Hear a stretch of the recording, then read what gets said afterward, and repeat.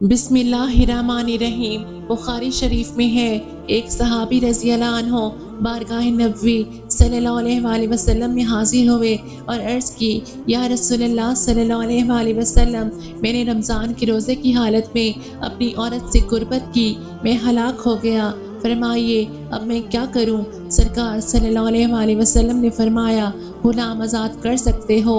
انہوں نے عرض کیا، نہیں۔ فرمایا، کیا متواتر 2 ماہ کے روزے رکھ سکتے ہو؟ صحابہ نے عرض کیا، نہیں۔ فرمایا، 60 مسکینوں کو کھانا کھلا سکتے ہو؟ عرض کیا، یہ بھی نہیں کر سکتا۔ اتنے میں بارگاہ رسالت صلی اللہ علیہ وآلہ وسلم میں کسی نے کچھ کھجوریں ہدیہ حاضر کی۔ سرکار صلی اللہ علیہ وآلہ وسلم نے وہ ساری کھجوریں اس صحابی رضی اللہ عنہ کو عطا فرما دی اور فرمایا، انہیں خیرات کر دو، تمہارا کفارہ ادا ہو جائے گا۔ وہ بولے، اللہ عز و جل کی قسم، مدینے میں میرے گھر والوں سے بڑھ کر کوئی خاندان محتاج نہیں۔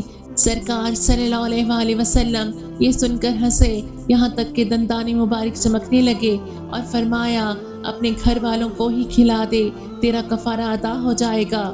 یعنی اپنا یہ کفارہ تو خود بھی کھا لے اور اپنے گھر والوں کو بھی کھلا دے، تیرا کفارہ ادا ہو جائے گا۔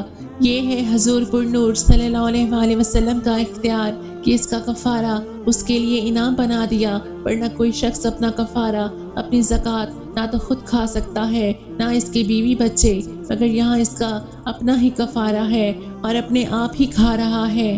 حضور اقدس صلی اللہ علیہ وآلہ وسلم کو یہ اختیار حاصل ہے کہ وہ جسے چاہیں، جس حکم سے چاہیں مستثنیٰ یعنی جدا فرما دیں۔ مسکینوں کو کھانا کھلانے کی بجائے خود کھانے اور اپنے اہل عیال کو کھلانے کا حکم دیا۔